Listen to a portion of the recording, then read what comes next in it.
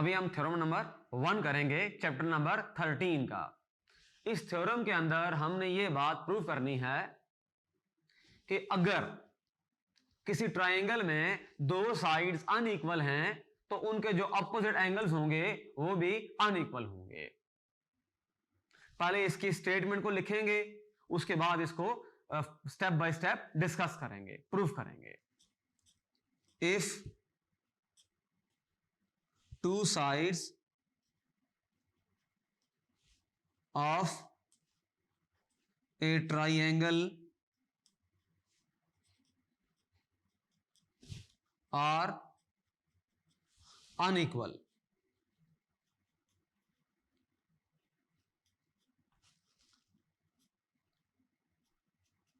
the longer side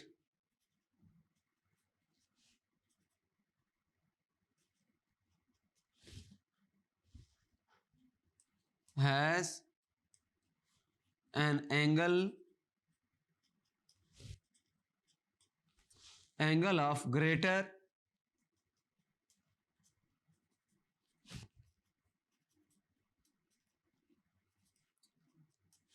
Meyer opposite to it. If two sides of a triangle are unequal, the longer side has an angle of greater Meyer opposite to it. Statement के मुताबिक आसान अल्फाज में यह बात है, अगर हमारे पास कोई ट्राइंगल है और उसकी दो साइड्स अनइक्वल हैं तो जो बड़ी साइड होगी उसके जो अपोजिट एंगल होगा वो छोटी साइड के अपोजिट एंगल से बड़ा होगा, यानी कि मेजरमेंट में ज्यादा होगा। अब रियल नंबर्स की प्रॉपर्टी हमने चैप्टर नंबर 2 में डिस्कस की थी। हमने एक लॉ पढ़ा था, law of trichotomy. Law of trichotomy जो रियल नंबर्स का था उसमें यह था कि दो नंबर्स रियल नंबर या तो इक्वल होते हैं या फिर अनइक्वल होते हैं। जब इक्वल होते हैं फिर तो बात ही खत्म हो जाती है। जब दो चीजें अनइक्वल होती हैं तो अब हमने देखना होता है कौन सी चीज बड़ी है और कौन सी चीज है छोटी है। For example 5 is equal to 5 but 5 is not equal to 7। अब यहां पर बड़ी आसानी से हम ये बात कर सकते हैं कि 7 is greater than 5 या 5 is less than 7। बिल्कुल यही बात ज्योमेट्री के अंदर हम अप्लाई करना चाह रहे हैं। ट्राइंगल्स की दो साइड्स अनइक्वल हैं। जब दो साइड्स अनइक्वल हैं तो ये बड़ी आसान सी बात है कि एक साइड की लेंथ जो होगी वो दूसरी वाली साइड से क्या होगी, बड़ी होगी। और जो बड़ी वाली साइड होगी उसके जो अपोजिट एंगल होगा और जो छोटी वाली साइड होगी उसका जो अपोजिट एंगल होगा वो बड़ी वाली साइड का अपोजिट एंगल छोटी वाली साइड के अपोजिट एंगल से बड़ा होगा। ये बात हमने इसमें प्रूफ करनी है। इसकी पहले हम डायग्राम ड्रा करेंगे, उसके बाद हम लिखेंगे इसका गिवन टू प्रूफ, फिर कुछ कंस्ट्रक्शन करेंगे और फिर प्रूफ के अंदर दो पार्ट्स होते हैं, स्टेटमेंट्स एंड रीजंस। आइए इसको सॉल्व करते हैं।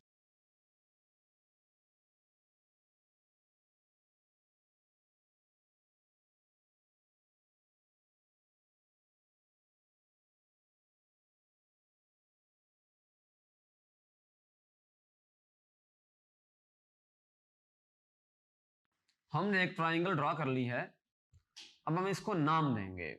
फॉर एग्जांपल देखें, ये कॉर्नर हो गया ए, इधर हो गया बी, इधर हो गया सी। ये angle A, angle B, angle C. ये ट्राइंगल है, तीन एंगल्स हैं, तीन साइड्स हैं। साइड कौन कौन सी हैं? A B, B C, C A. Angles कौन कौन से हैं? Angle A, angle B, angle C. इनके जो ऑफिशियल नेम है या प्रॉपर जो ज्योमेट्रिकल नेम है, एंगल ए का उसको हम कह सकते हैं एंगल बी ए सी या सी ए बी। बी को हम कह सकते हैं angle A B C, C B A. Angle C को हम कह सकते हैं angle A C B, B C A. इस थ्योरम के अंदर हम इनके ऑफिशियल नेम यूज करेंगे। पहला स्टेप, गिवन। बड़ी क्लियर सी बात है, ये साइड ए बी छोटी है और साइड ए सी क्या है, बड़ी है, तो हम लिखेंगे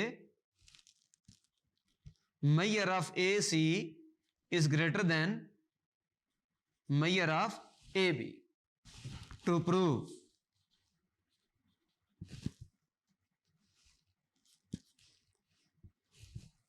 हम इसके साथ ये बात भी मेंशन करेंगे इन ट्राइंगल ABC, ये बात जो है हमने गिवन में लिखी। अब लिखेंगे टू प्रूव। देखिए हमने दो साइड्स ली हैं जो अनइक्वल हैं। पहली साइड का नाम है AB, दूसरी साइड का नाम है AC। अब क्लियरली AC जो साइड है उसकी लेंथ AB के मुकाबले में बड़ी है। अब जो AC है और AB है, AC का जो अपोजिट एंगल है वो है एंगल B और उसका जो ऑफिशियल नेम है वो है एंगल ABC। अब जो छोटी साइड है वो है AB का जो अपोजिट एंगल है वो है एंगल C का जो ऑफिशियल नाम है वो है ACB या BCA, कोई एक नाम यूज करेंगे। इसका मतलब ये होगा कि यहां पर इस ट्राइंगल के अंदर अगर बात की जाए, ये साइड इससे छोटी है, ये वाली साइड इससे बड़ी है, तो जाहिर सी बात है बड़ी साइड का जो अपोजिट एंगल है ये वाला एंगल, ये छोटी साइड के अपोजिट एंगल से क्या होगा, बड़ा होगा। यानी कि हमने प्रूव करना है ये एंगल बड़ा होगा इस एंगल से। तो हम ये कह सकते हैं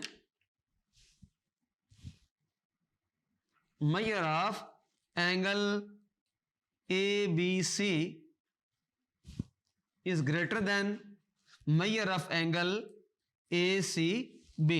हमने एरो का निशान लगाया यहां पर B के ऊपर ताकि हम पता हो कि B के मुकाम पर एंगल बन रहा है, यहां C के मुकाम पर एंगल कायम हो रहा है, इसलिए हमने इसके ऊपर एरो का निशान डाल दिया।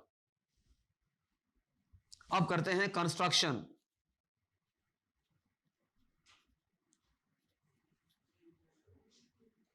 एक पॉइंट हम इस तरह लेंगे, उसको नाम देंगे पॉइंट को D का।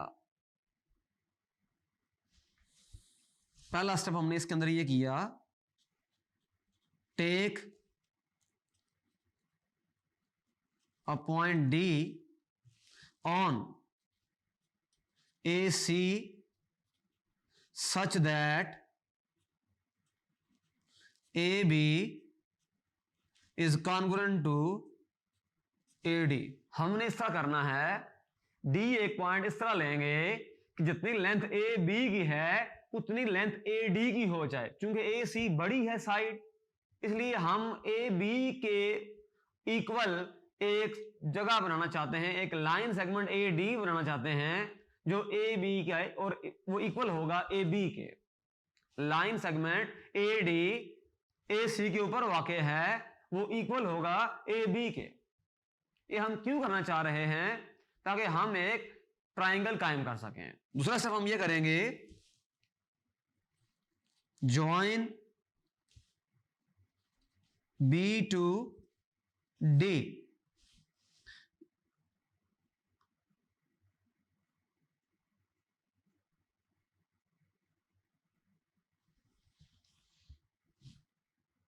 ये जो ऊपर जो एंगल बन रहा है इसको नाम दे दें एंगल 1 का, और ये जो एंगल है ये एंगल 2 का, इसको नाम दे दें, नाम दे दें लेबल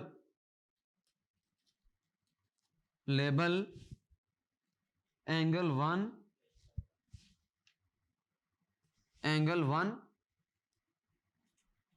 एंड एंगल 2, ये हमने नाम दे दिए।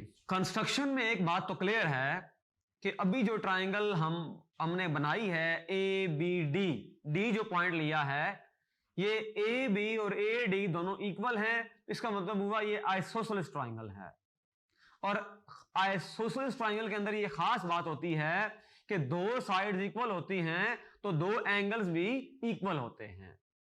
इसका मतलब ये होगा एंगल 1 जो होगा वो एंगल 2 के इक्वल होगा। अगला जो स्टेप है वो प्रूफ का है। इसमें दो कॉलम्स हैं, स्टेटमेंट्स एंड रीजन।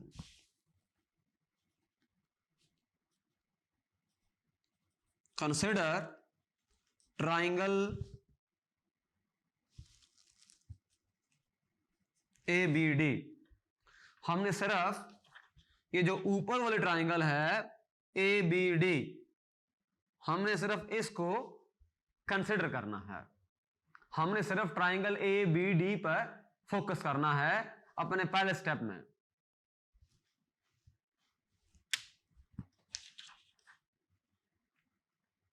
अब अगर मैं लिखना चाहूं ये बात कि यहां पर angle 1 is congruent to angle 2, तो ये क्या रीजन है इसकी? Because AB is congruent to AD equal opposite angles of opposite equal sides।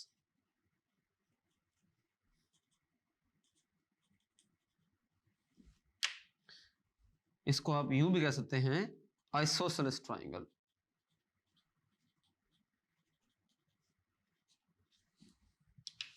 अगर कोई ट्राइंगल है उसकी दो साइड्स इक्वल हैं तो उसके जो दो अपोजिट एंगल्स होंगे वो भी क्या होंगे? इक्वल होंगे। ये बात हमने यहां पर यूज की है।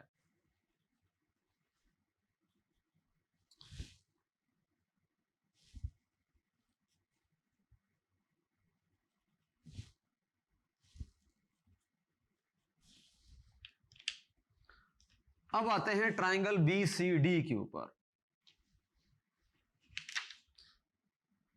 अगर देखा जाए तो यहां पर तीन ट्राइंगल्स बन रही हैं। एक ट्राइंगल है ABC, दूसरी ट्राइंगल है ABD, तीसरी ट्राइंगल है BCD। तो इसमें देखें जरा, ट्राइंगल BCD को देखें, गौर से देखें। अगर ये चीज मैं इस तरह से रखूं और मैं ये कहूं कि ट्राइंगल जो है BCD, ये एंगल 2 जो है ये भी इसका एक्सटीरियर एंगल है इस ट्राइंगल का, और एंगल 1 जो है ये भी इसका एक्सटीरियर एंगल है। एंगल 2 पे ध्यान करते हैं। ये जो एंगल है ये एंगल है C एंगल या ACB, और ये वाला जो एंगल है ये एंगल है एंगल BDC या CDB, और इधर वाला जो एंगल है ये वाला जो एंगल है ये एंगल है CBD या DBC, ये वाला एंगल। क्योंकि हम ये बात जानते हैं किसी भी ट्राइंगल का उसका कोई भी जो एक्सटीरियर एंगल होता है वो बड़ा होता है अपने अपोजिट इंटीरियर एंगल से। तो यहां इस ट्राइंगल केस में देखें जरा, जो एंगल हमारे पास इस ट्राइंगल में एंगल 2 है ये बड़ा है इस एंगल C से, और ये बड़ा है इस वाले एंगल से CBD से। अब हम इसको लिखेंगे। देखें BCD को देखें, major of angle 2 is greater then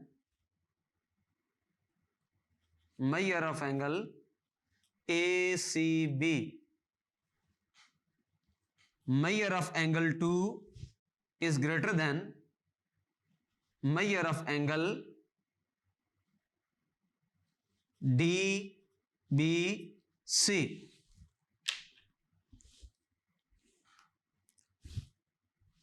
इसको हम कहते हैं रिजल्ट नंबर 1, इसे कहते हैं रिजल्ट नंबर 2, इसे कहते हैं रिजल्ट नंबर 3।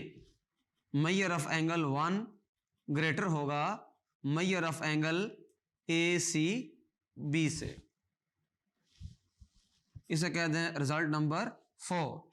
अब जो हमने लिखा है रिजल्ट नंबर 1 उसको तो हमने जस्टिफाई कर दिया। जब हमने लिखा रिजल्ट नंबर 2 उसकी क्या बनती है जस्टिफिकेशन? उसकी बनती है exterior angle greater than opposite interior angles. इन दोनों की बनती है जस्टिफिकेशन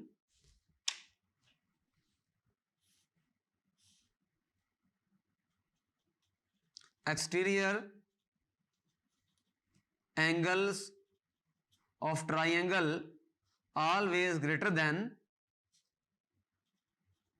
opposite interior angles। और यहां इसकी क्या बनती है जस्टिफिकेशन, एंगल 1 कॉन्ग्रुएंट है एंगल 2 के। देखें ये आपका है रिजल्ट नंबर 1, एंगल 1 इक्वल है एंगल 2 के, और यहां आप कह रहे हैं एंगल 2 ग्रेटर है इस एंगल से, तो जाहिर सी बात है कि एंगल 1 भी इस एंगल से क्या होगा, बड़ा होगा।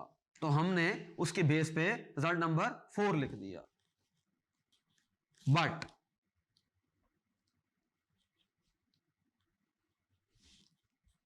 measure of angle ABC is equal to measure of angle 1 plus measure of angle DBC।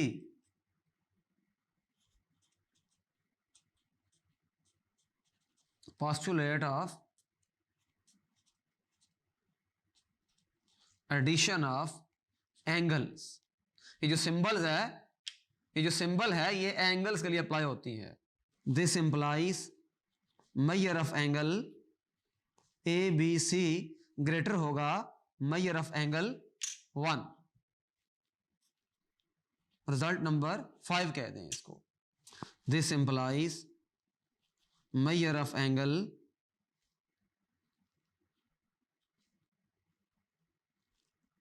A B C is greater than measure of angle ACB। हम कहेंगे because of result number 4 and result number 5। Triangle को देखें, हमने step by step काम किया है। हमने पहले ये कहा और रिजल्ट ये एंगल 2 जो है ये इस वाले एंगल से बड़ा है। कौन सा एंगल है ये, ACB। Angle 2 is greater than angle ACB। अब पीछे हम प्रूफ कर चुके हैं angle 2 is equal to angle 1, तो जाहिर सी बात है एंगल 1 जो होगा वो बड़ा होगा एंगल ACB से।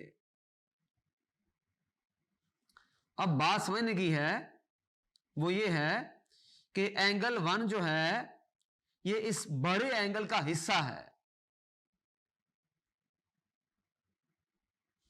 एंगल 1 जो है ये इस सारे एंगल का हिस्सा है। तो जैसे पता ये सारा एंगल 1 से बड़ा होगा और एंगल 1 इस एंगल से बड़ा है, तो ये सारे वाला जो बड़ा एंगल है सारे का सारा वो भी इस एंगल से क्या होगा, बड़ा होगा। आपने इस थ्योरम का जो प्रूफ है उसके 2 स्टेप्स माइंड में रखने हैं। देखिए बाज़ औक़ात हम थ्योरम के अंदर चीजों को डायरेक्ट प्रूफ नहीं कर सकते, हमने इनडायरेक्ट रास्ता जो होता है वो फॉलो करना होता है। अब इस थ्योरम की जो ट्राइंगल है वो ट्राइंगल है ABC। देखें हमने पहले एक ट्राइंगल के जरिए ये प्रूफ किया, ट्राइंगल जो हमने बनाई थी, खुद बनाई थी ABD, उसमें हमने कहा था angle 1 is equal to angle 2, इसको हमने कोई नाम दे दिया, रिजल्ट नंबर 1 कह दिया। फिर हमने नेक्स्ट स्टेप में ये प्रूव किया एंगल 2 जो है वो एक्सटीरियर एंगल है, तो वो अपने जो इंटीरियर एंगल्स हैं उनसे बड़ा होगा। तो यहां ट्राइंगल को देखें जरा, ये देखें ये ट्राइंगल, इस ट्राइंगल के अंदर ये एंगल 2 है, ये एंगल 2 जो है ये इस एंगल से बड़ा है, और हमने पीछे ये प्रूफ किया हुआ है कि एंगल 2 जो है वो इक्वल है एंगल 1 के, तो जो एंगल 1 होगा वो भी इस एंगल से क्या होगा, बड़ा होगा। अब मजीद हम ये बात भी जानते हैं कि एंगल 1 जो है इस पूरे एंगल का एक हिस्सा है, एंगल पूरे का पूरा एंगल 1 से बड़ा है और एंगल 1 इस एंगल से बड़ा है, तो जाहिर सी बात है ये एंगल इस एंगल से क्या होगा, बड़ा होगा। जो हमने लिखा ये बिल्कुल सिंपल है।